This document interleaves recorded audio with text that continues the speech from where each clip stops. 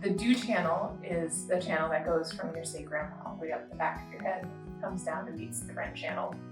And this is your most yang channel. This fuels the movement in your body. So this is a really important one for you to have a lot of like flex and bendability in the do channel, which is why we say it's really important to keep your spine mobile and your spine flexible and not have compression. So this is another stretch. If you do practice coach style or Bikram style yoga, you'll know this move. It's really important for you to know where you're going before you go there and not to look around, because there shouldn't be pressure on your head, but your head will be in a place where if you move it around, you can mess your neck up. So just be very careful when you do this pose to not look around. And if you have any questions about whether or not you're doing it correct, grab somebody that you know to like take a picture of you, and then you can look at it later and then you can kind of see what you look like, but it's not one for you to look around in. So what you're gonna do for this pose, you're gonna drop your chin to your chest first, and you're gonna round forward as much as you can. So some people who are not very open in their hips actually need to lean back a little bit to round forward, but you're trying to get your belly button to your spine essentially, right? So you're rounding really, really, really far forward. And I tell people to practice this before they actually do any bending forward. So if you don't round forward enough, you're gonna actually just kind of do this, and that's not the pose. And it's not going to get your whole spine. So you want whole spine engaged. So chin to chest first, and then you're gonna round forward. And then I curl forward first. And then when I get to about here, my head's not on the ground at all yet. And when I get to about here, then I reach around, I can grab my ankles.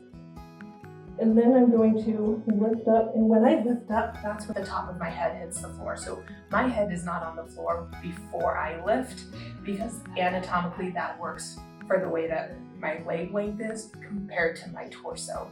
That's not the way it's taught in hot yoga or Bikram or Go style, but that is often a safer way for people to do this pose. Work with your anatomy. If you're one of the people who can kind of do this first and then lift up, then that's fine. Shorter legs, you can tend to do that. People with longer legs, that's not necessarily the way to do it. So curling forward, and I got my heels in my hands, and now the top of my head's on the ground.